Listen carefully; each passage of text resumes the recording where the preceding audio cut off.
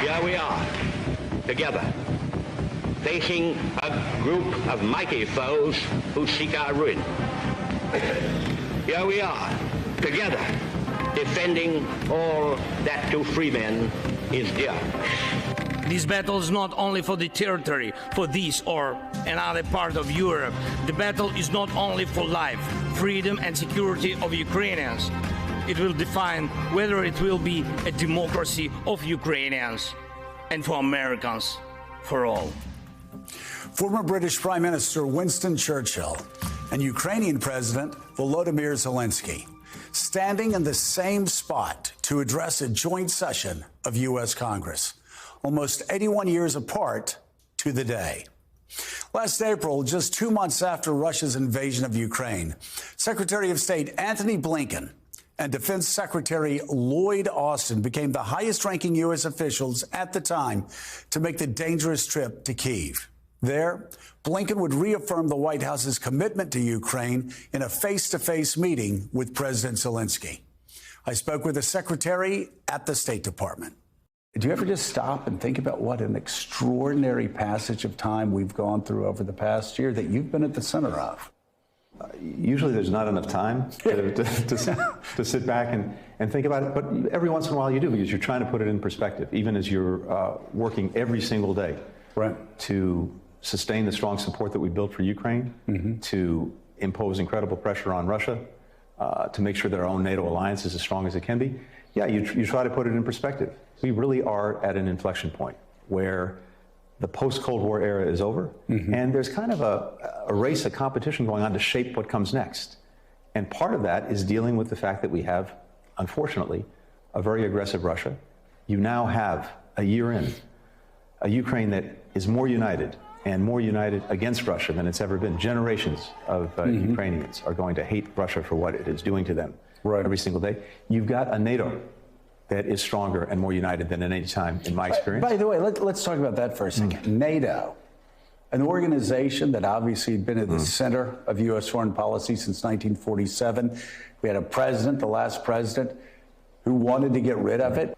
I want you to talk about the groundwork you had to lay to rebuild those relationships with France, with Germany, with Britain, some of our closest allies that have made such a huge difference in this fight. So, Joe, job one, the first assignment that I got from President Biden, actually before day one of this administration, was to get in there and to re-energize, rejuvenate, re-engage all of our core alliances and partnerships, as well as build some new ones that were fit for purpose for specific issues. One story that I find so fascinating is that you were the one that went to President Zelensky and said, you're going to be invaded by Russia.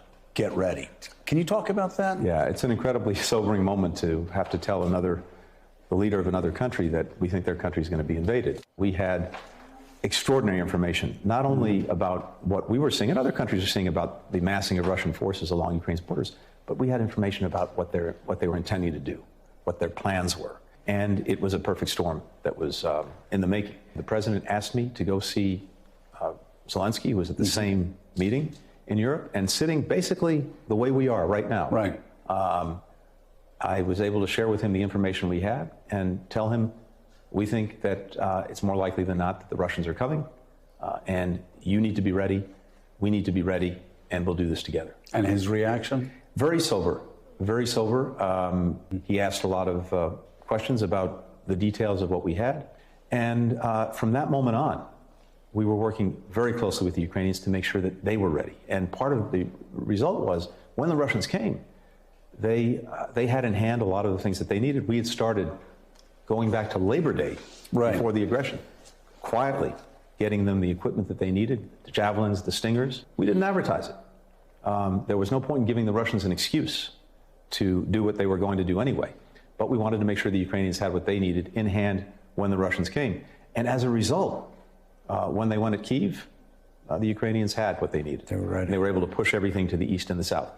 But, you know, for President Zelensky, he had a real balancing act. He had to make sure that he was getting his country ready, but he also didn't want to panic people.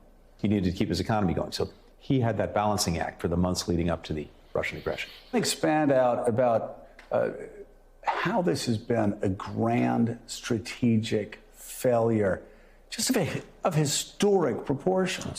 You have, as I said, a Ukraine that's unified, and you have a NATO that is more united than it's ever been. The defense budgets are going up in order to protect against possible Russian aggression. We're on the verge of bringing in 2 new members. That was unthought of before. Finland and Sweden. The Baltic Sea is going to be, as Admiral Stavridis calls it, the NATO lake. It really is unbelievable. And this has done exactly what Putin wanted to avoid, right? Which is it's moved NATO closer to Russia, but not to attack Russia. That's never been part of NATO's plans, and it won't be. It's to make sure that the countries of NATO feel protected, feel safe, because they see a Russia that is acting with increasing aggression. But it goes further than that, Joe. Look at what's happened inside of Russia. More than 1 million Russians have left since February of last year. More than 1,000 businesses from around the world have left Russia because the reputational cost of doing business there is too great. Horrifically, public numbers, 200,000 Russian casualties, dead and wounded, in Ukraine in less than a year. And the impact of the sanctions and the export controls that we've imposed with dozens of other countries, that is going to have a heavier and heavier impact on Russia going forward, because it means that the sectors of their economy, the industries they need to make real progress on technology, on energy extraction, on defense, they will not have the technology that they need to really succeed. And the last thing I'd say is this. I wish that we could talk even more directly to the Russian people, because if we could, and we try, but I think the question to ask is this: how has what Putin's done in Ukraine done anything to make your life better? How has it improved your life?